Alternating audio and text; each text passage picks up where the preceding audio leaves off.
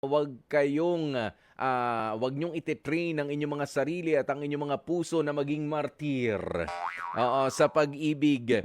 Oo, lalo na isang malaking insulto hindi lamang sa iyo kundi sa mga magulang na nagpapaaral sa inyo na magtanga-tangahang kayo. Oo, sa inyong mga pinapasok na pakikipag-boyfriend at pakikipag-girlfriend, mahal ko po eh. Oo, pero kapagka hindi pa talaga seryoso na pumasok sa isang, pakikipagrelasyon, 'wag na rin muna makipagrelasyon. Sa mga katulad ni Benedict, 'di ba, gusto mo pa maglaro, maglaro ka muna kung gusto mo, mag-ikot-ikot ka muna diyan.